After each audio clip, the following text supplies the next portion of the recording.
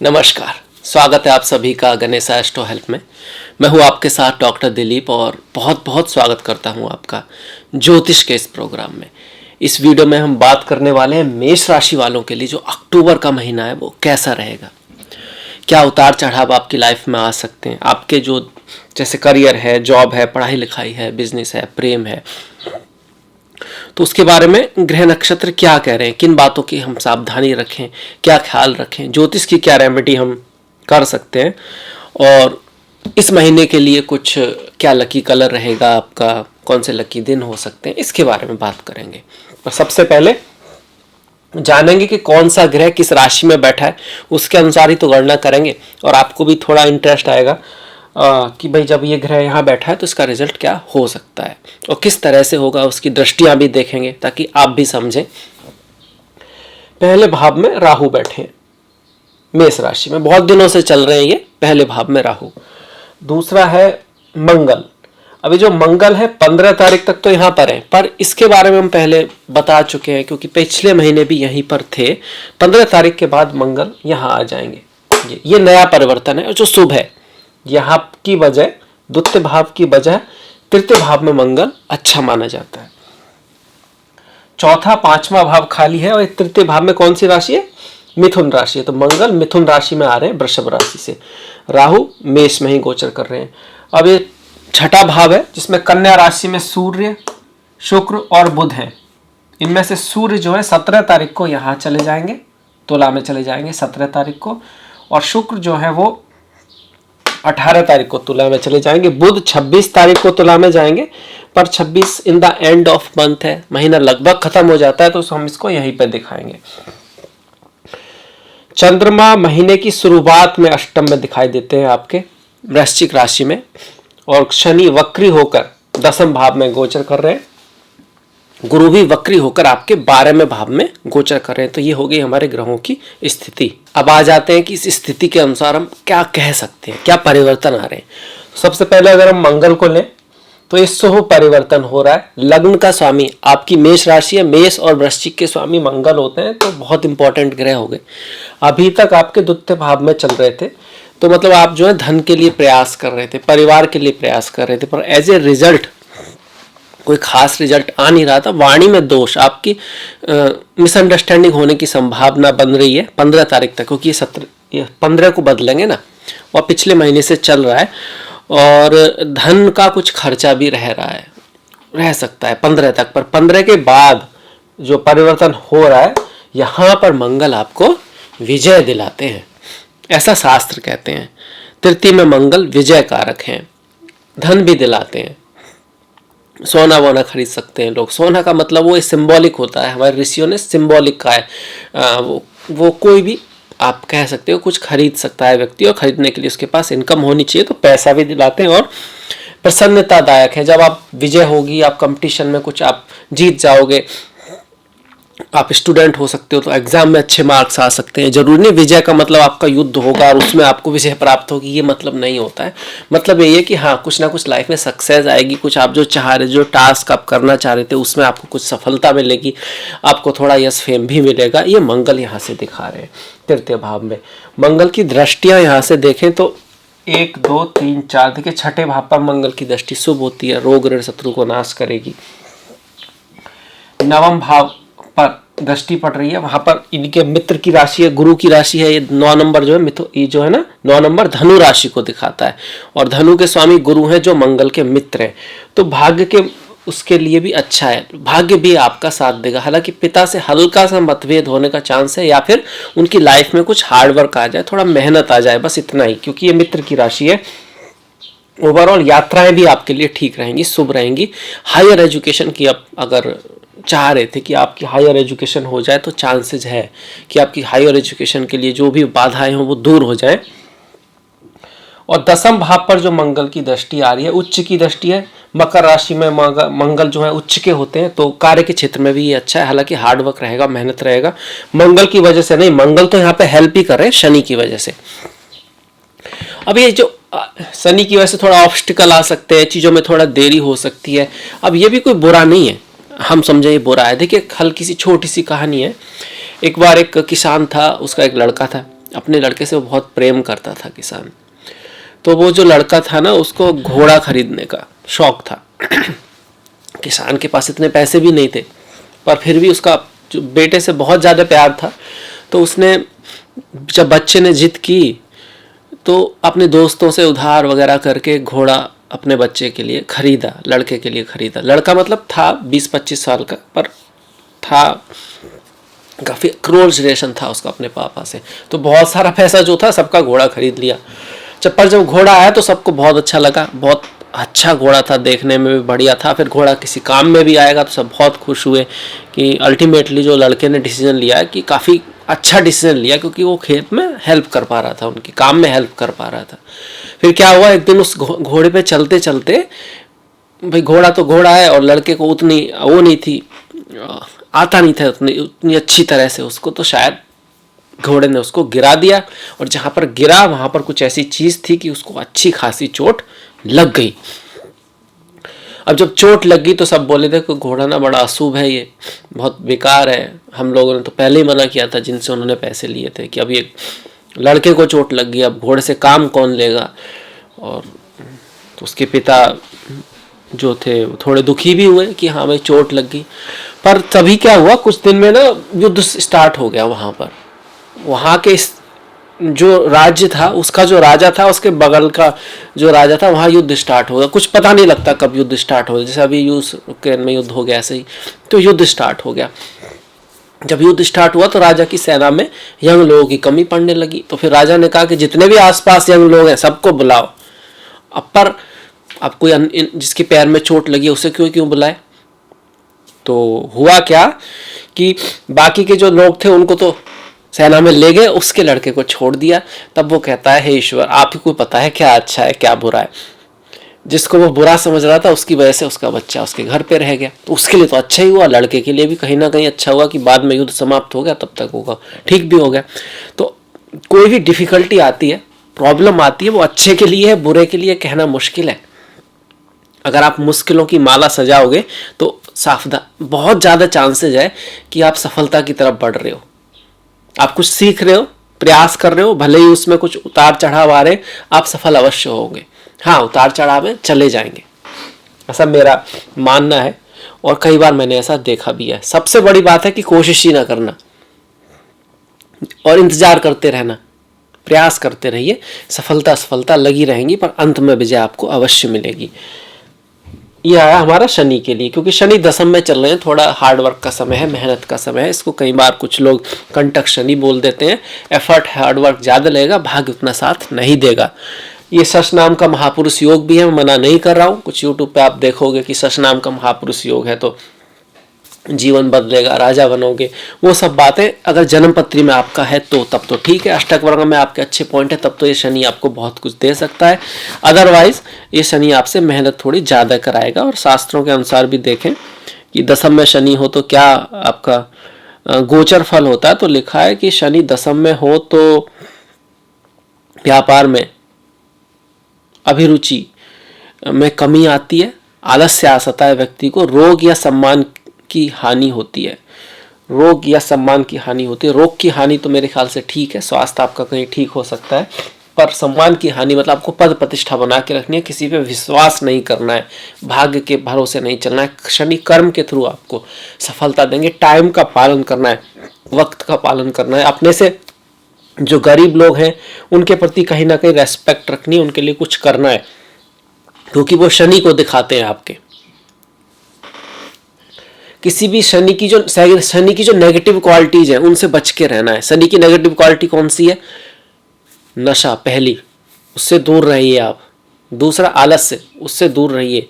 नहाइए धोइए, साफ सुथरा रहिए। गंदगी भी शनि की नेगेटिव क्वालिटी है। तो जब शनि खराब होते हैं, गोचर में खराब जगह से गोचर करते हैं, तो व्यक्ति उनकी तरफ खुद ब खुद जाने लगता है, और जा रहे हैं तो इसका मतलब आपका शनि नेगेटिव रिजल्ट दे सकता है। तो पहले से ही इन चीज़ों पर ध्यान रखिए। इसके साथ साथ माँ काली की, हनुमान जी की पूजा कीजिए, सब बढ़िया रहेगा। शनि के बाद देखिए, शनि की दृष्टि भी देखें तो रिजल्ट सेम ही आएगा, खर्चा बढ़ेगा, क्योंकि शनि की तीसरी दृष्टि 12वें भाव पर जाएगी। फौरन अगर आप जाना चाहते हो, विदेश जाना चाहते हो, तो उसमें कहीं हेल्प कर सकता है। पुराने जमाने में विदेश जाने को अच्छा नहीं मानते थे, वहाँ तो यही मानते थे कि आप अपनी जगह रहो वही ठीक है। तो इसी वजह से जो योग खराब दिखाई पड़ते हैं वो कई बार आपको अपने जन्म स्थान से दूर करा सकते हैं। और आजकल ये कई बार बढ़िया भी माना जाता है, अच्छा भी माना जाता है। शनि की चौथे भाव पर दृष्टि भी आपको आपके मातृभूमि, मदर, बंधुओं से दूर ले जा सकती है।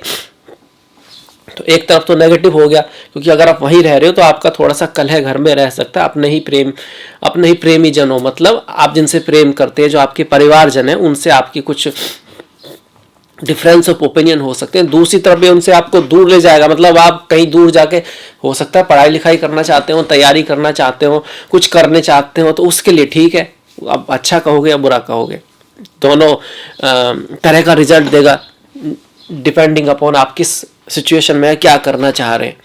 इसके बाद इसकी दसम जी दृष्टि है ना, आपके सप्तम भाव पर आ रही है। तो व्यापार में थोड़ा आपको हार्डवर्क करना होगा, प्रैक्टिकल होना पड़ेगा, भाग्य के भरोसे नहीं, और एफर्ट लगाना पड़ेगा, जिम्मेदारी रखनी होगी अपने परिवार के प्रति, अपने पत्नी के प्रति, क्योंकि भाव पत्नी का भी है ना और पति का भी है, तब तो थोड़ा सा रिजल्ट बेटर आएगा।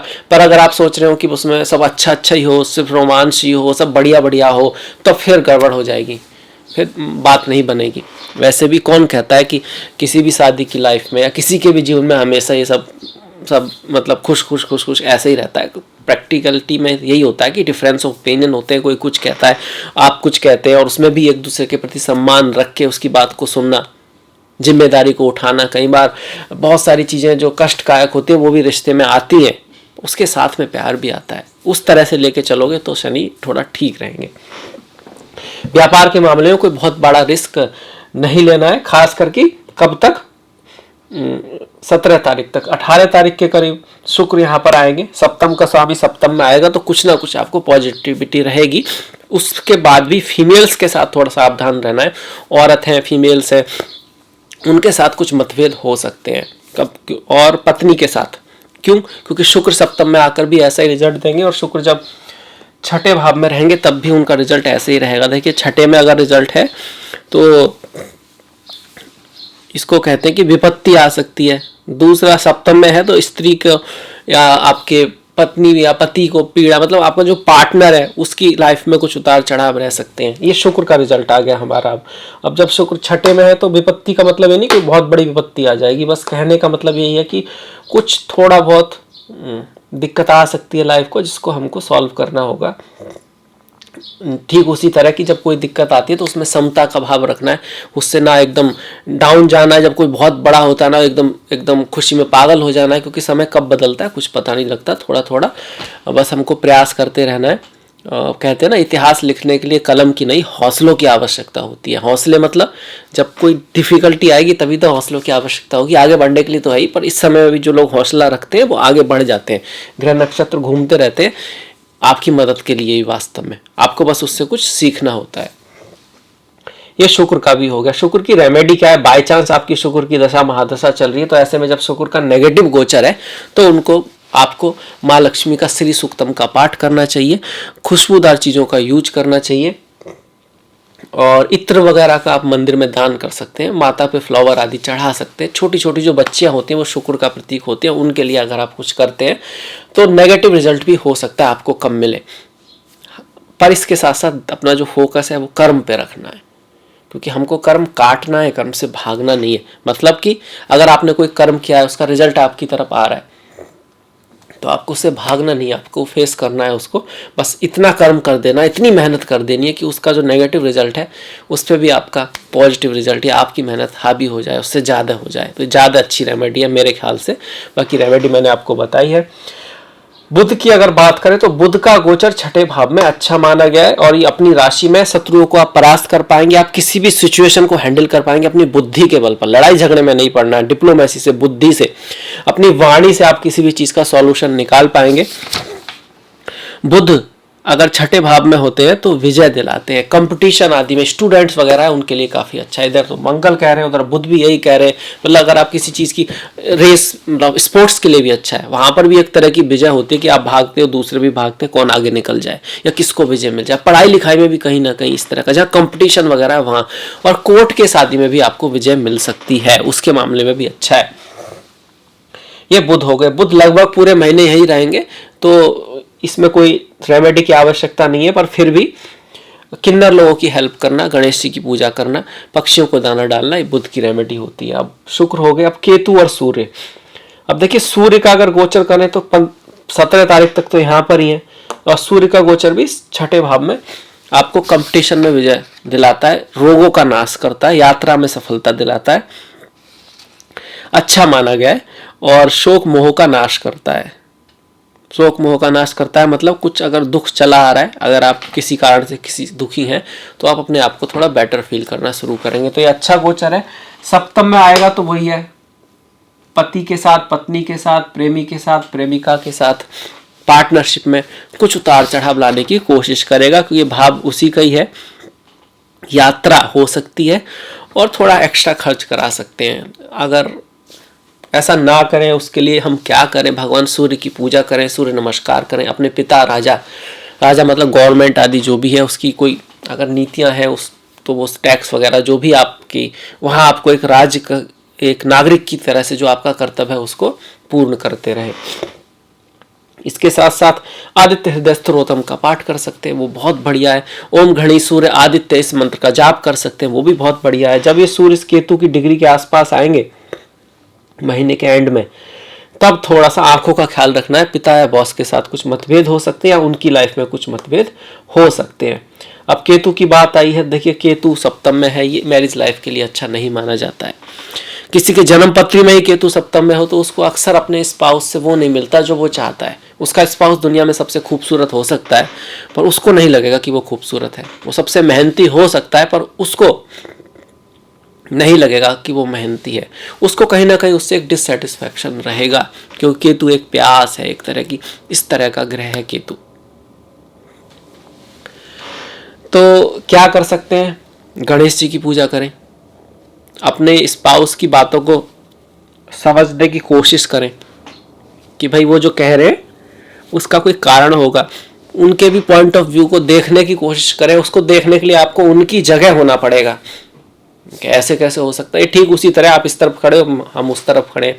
इधर से कोई चीज़ है वो लाल रंग से पुती हुई है तो हमें लाल दिख रही है, उधर से वो हरे रंग में पुती है तो उनको हरी दिख रही है। जब तक हम उसकी जगह नहीं आएंगे हमें पता ही नहीं लगेगा कि वो क्यों कह रहे हैं, क्या कह रहे हैं, किस लिए कह रहे हैं। तो उसकी जगह आओगे तो आप समझ पाओगे। बाकी केतु यहाँ से आपके स्पाउस को स्पिरिचुअलिटी, अध्यात्म की तरफ भी मोड़ सकता है। आपको थोड़ा अपने परिवार की तरफ भी फोकस करना होगा। कई बार जब केतु सप्तम में हो तो व्यक्ति का सारा फोकस खुद के ऊपर रहता है, अपने ऊपर रहता है, एम्बिशन के ऊपर रहता है। उसके साथ साथ आपको अपना परिवार, बच्चे या आपका बिजनेस जो है, बिजनेस में भी ये चीज़ लागू होती है कि आप बिजनेस को तभी आगे बढ़ा सकते हो जब आपके साथ में काम करने वाले, आपके नीचे काम करने वाले, उनका भी प्रोग्रेस हो रहा हो। आप चाहो सिर्फ आप ही ऊपर बढ़ते रहो, आगे बढ़ते रहो, और इनमें कोई खास अंतर ना, ये ऐसे ही रहे, इनको क्यों बढ़ाना है, इस तरह से तो गड़बड़ हो जाएगी। आपको सभी को साथ में लेके चलना होगा, उनका भी एक विकास होगा आपके साथ, तब भी वो इंटरेस्टेड भी होंगे, तभी आपका काम भी अच्छा चलेगा। बाकी केतु के लिए गणेश जी की पूजा है, मछलियों की सेवा है, कुत्तों की सेवा है, मत्स्य अवतार की कथा है। घर के ब्रह्म स्थान में अगर आप दूध और हल्दी का थोड़ा छिड़काव करते हो, वो भी केतु के लिए बहुत अच्छी रेमेडी है। संतों का सम्मान है, मेडिटेशन, ध्यान आपके जीवन में थोड़ा सा हो, तब भी केतु अच्छा रिजल्ट देते हैं। चंद्रमा को देखिए नहीं कह सकते कुछ, क्योंकि सिर्फ 2.5 दिन यहाँ पर रहेंगे। आप ये कह सकते हो पहले 1-2 दिन जो है वो थोड़ा सा सेफ रहना है आपको। सेफ मतलब स्वास्थ्य का भी ध्यान रखना है आपको। माता की लाइफ में कुछ उतार चढ़ाव रह सकते हैं, क्योंकि चंद्रमा बड़ी तेजी से घूमते हैं। ठीक इसी तरह से वो यहाँ पर आएंगे 10, 11, 12 में, तब भी थोड़ा खर्चा बढ़ सकता है, और स्वास्थ्य के नज़रिए से भी आपको ध्यान रखना है। बहुत बढ़िया समय नहीं कहेंगे 11-12 तारीख जो है, इस तरह से। तो इन चीज़ों का आपको ध्यान रखना है। बाकी चंद्रमा, बाई चांस आपकी चंद्रमा की दशा है तो अपनी माता का सम्मान अवश्य करें। माता के अच्छे स्वास्थ्य की कामना करें। अगर उनका स्वास्थ्य खराब है उनकी सेवा करें, उनकी बातों को माने, उनकी बातों को समझने की कोशिश करें। इसी के साथ और जो फीमेल्स हैं, आपकी फैमिली में जो होंगी, भाई आपकी बुआ हैं, चाची हैं, ताई हैं, उन सब के साथ भी अच्छी तरह से पेश आए, उनकी रेस्पेक्ट करें। चंद्रमा आपका अच्छा फल देंगे। साथ में भगवान शिव की पूजा करें, रुद्राभिषेक करें, ओम सोम सोमाय नमः इसका मंत्र का जाप करें, या फिर ओम नमः शिवाय का जाप करें। चंद्रमा आपको धीरे धीरे अच्छा रिजल्ट देने लगेंगे। ध्यान जरूर करें, चंद्रमा के लिए बहुत अच्छा होता है। अब आते हैं शनि महाराज पर। जो हम आ चुके हैं ऑलरेडी। कंटक शनि है, भाग्य का उतना साथ नहीं मिलेगा, किस्मत का उतना साथ नहीं मिलेगा। पर कौन कहता है कि सब कुछ किस्मत ने लिखा है? ऐसा है ही नहीं। जो ये कहते हैं ना कि किस्मत में जो लिखा है वही मिलता है, गलत कहते हैं। आपने ही किस्मत बनाई है, आपके कर्मों ने किस्मत को बनाया है। तो आज भी कर्म आपके हाथ में। अगर वो कर्म जो कल के हैं आप उनको नहीं बदल सकते, तो आज के कर्म को कौन बदल सकता है? कोई भी नहीं, क्योंकि संसार कर्म प्रधान है। आप कर्म तो कीजिए, आप दूसरा रास्ता निकालिए। एक रास्ता बंद हुआ है तो तीसरा रास्ता निकालिए, मेहनत कीजिए, अपने आप को अपग्रेड कीजिए। ग्रहों के भरोसे मत रखिए, क्योंकि वो अच्छा समय तो तब भी आएगा, पर जब उस समय आपकी तैयारी पूरी हुई, आपने प्रयास ज़्यादा किया, तो रिजल्ट जो आएगा वो और भी खूबसूरत होगा, और भी बढ़िया होगा। इसके बाद देखिए गुरु है। अब गुरु का 12वें भाव में गोचर, ऐसे तो ये विमल नाम का विपरीत राजयोग है, और कोई भी ग्रह अपनी राशि में वो कुछ ना कुछ अच्छा रिजल्ट देता है। स्पिरिचुअलिटी, अध्यात्म के लिए अच्छा है। घर, गाड़ी, भूमि, वाहन, बंगला खरीदने में आपकी हेल्प कर सकता है, पर खर्चा आपको बढ़ाएगा, विदेश आपको ले जा सकता है।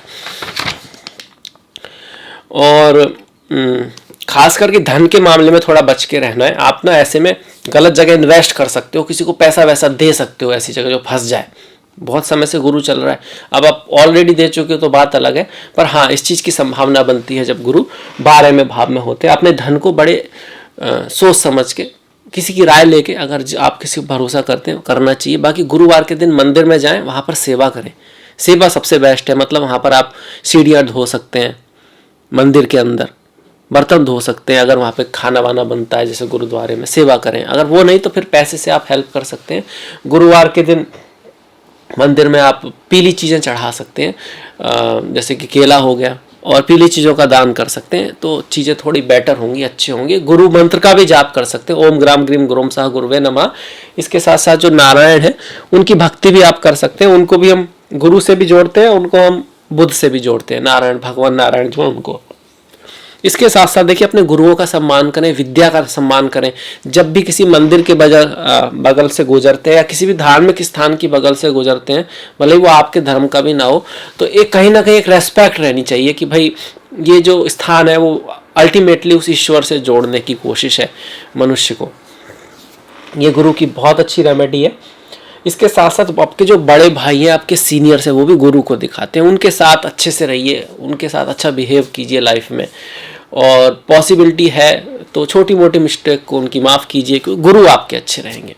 जैसे छोटे भाई के लिए मंगल है, मंगल आपके अगर ख़राब है तो आपको छोटे भाई बहन, आपके साथ वालों के साथ कोशिश करनी चाहिए कि अच्छे से रहा जाए। इससे मंगल खुश रहते हैं। मंगल जमीन है, जमीन के लिए कभी भी बेईमानी ना करें। अगर आपने कभी पूर्व में जमीन के केस में आपसे बेईमानी हो गई है, गलती में हो जाती है, मनुष्य है, तो आपका मंगल खराब रहता है। गुरु धन है, धन के मामले में कभी भी किसी से बेईमानी ना करें। जिसका जो हिस्सा बनता है वो अवश्य दें। अगर आप ऐसा करेंगे तो फिर गुरु आपका अच्छा रिजल्ट अगर दे भी रहे हैं तो धीरे धीरे कम हो जाएगा। पूर्व पुण्य है उसकी वजह से अगर दे रहे हैं तो अगले जन्म में फिर जाएगा। कर्मों का रिजल्ट ही भाग्य है, भाग्य का रिजल्ट कर्म नहीं है। कर्मों का रिजल्ट भाग्य उल्टा नहीं चलता है, सीधा ही चलता है। अगर आप सही कर्म चलोगे, करना शुरू करोगे, तो आज से ही आपका भाग्य बदलना धीरे धीरे शुरू हो जाएगा। अब आ जाते हैं त्योहारों पर। देखिए त्योहार बहुत महत्वपूर्ण है, और इस महीने तो दीपावली है, तो दीपावली की आपको बहुत बहुत शुभकामनाएं। ये प्रकाश का त्योहार आपके जीवन में प्रेम लाए, सुख लाए, धन लाए, माँ लक्ष्मी की कृपा लाए। आप जो चाहते हैं वो सारी अच्छी चीज़ें आपकी लाइफ में लाए। अब बाकी के त्यौहार भी देख लेते हैं कि 2 अक्टूबर को गांधी जयंती है, शास्त्री जी का जन्मदिन है। 3 तारीख को दुर्गा महानवमी है। 4 तारीख को नवरात्रि का लास्ट दिन है आपका, नवमी के बाद तो लास्ट दिन हो ही जाएगा। दशहरा है आपका 5 तारीख को। 13 तारीख की करवा चौथ है, 22 की धनतेरस, 24 की दीपावली, 25 का गोवर्धन, 26 की भाई दूज है, भाई दूज भी कहते हैं। 30 तारीख को छठ पूजा है, और फिर 9 अक्टूबर को आपका पूर्णिमा, मतलब व्रत है हमारे, 9 पूर्णिमा का व्रत है, अश्वनी पूर्णिमा है। 6 तारीख को अंकुशा, पाप अंकुशा एकादशी है, और 21 तारीख को रामा एकादशी है। भगवान हरिविष्णु के जो भक्त हैं उनके लिए बहुत ज़्यादा महत्वपूर्ण ये तिथियां हैं। 7 और 22 को प्रदोष है। 23 को भगवान शिवरात्रि है। चिदानंद रूपा शिवोहम शिवोहम, मन बुद्धि अहंकार चित्तानि नाहम, चिदानंद रूपा शिवोहम शिवोहम। 13 तारीख को संकष्टी, 25 को कार्तिक अमावस्या, और 17 तारीख को तुला संक्रांति है। चंद्रमा अगर आपका पीड़ित है, पितरों की कोई पितृदोष आदि है, तो अमावस्या का फास्ट करना चाहिए। और सूर्य की कोई दिक्कत है, संक्रांति को आपका जन्म हुआ है, पितरों से संबंधित कोई दिक्कत है, तब भी संक्रांति की पूजा करते हैं। कई बार संक्रांति से जबकि स्टार्ट करना अच्छा रहता है, शुभ माना जाता है, तो ये भी शुभ दिन है। साफ सफाई करना, दान पुण्य करना, अपने पितरों को याद रखना, गीता के 7वें अध्याय का पाठ करना, ये शुभ माना गया है इन दिनों में, इन तिथियों में। तो ये हो गया मेरी तरफ से मेष का राशिफल।